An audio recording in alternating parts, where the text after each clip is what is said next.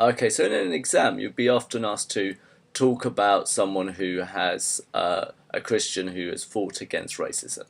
And the classic example is Martin Luther King. There are other really good examples, but Martin Luther King is one which has been well rehearsed and well understood, so it's worth using him. So I'm going to talk about him here. I would say there are 4 points to say about Martin Luther King in terms of how he approached prejudice and discrimination. 1 point is obviously he fought against racism. The classic quote, the I have a dream quote, I have a dream that people will not be judged by or my 4 little children will not be judged by the colour of their skin, but the content of their character. So they won't be judged by the colour of their skin, but the content of the character. So they won't be judged by how they look, they'll be judged by who they are. So he's not racist, obviously. He's against racism. Secondly, he felt that racism should be dealt with with pacifist methods. So the quote is, darkness cannot drive out darkness, only light can do that. Hate cannot drive out hate, only love can do that. So, and he also used an example of the Montgomery bus boycott as a really good example. When that happened, he wasn't saying go out and riot and fight and kill each other. He said, look, let's just not use the buses anymore to show people that we don't stand for racism, we don't stand for discrimination and being treated differently. So the whole idea is Martin Luther King felt that racism is bad, but we shouldn't respond with hate and anger, we need to respond with love and peacefulness. And that links to this idea of understanding our differences.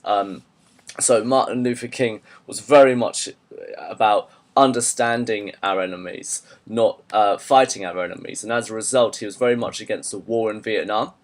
And there's a quite inspirational quote I put underneath our thing on conflict as well, which says, we are called to speak for the weak, for the victims of our nation, for those it calls enemies.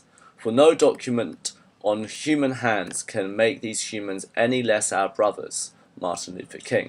So he was very much against war, and is very much against treating other people of any race or political or religious denomination as an enemy. He says we are called to speak for those it calls enemies. We're called to speak for those it calls enemies. We're called to look out for and understand why people are our enemies, understand why people are different to us. So it's not about fighting our enemies, it's about understanding our enemies, understanding our differences, understanding why racism exists, understanding why sexism exists, understanding why homophobia exists, understanding why war and violence exist between nations. He was also himself very influenced by other faiths, so he wasn't just thinking that it's just Christianity.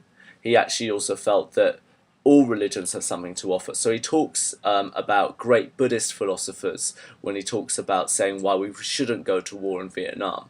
And he was heavily influenced by Mahatma Gandhi, who himself was a Hindu. And he worked with Malcolm X, who was a Muslim.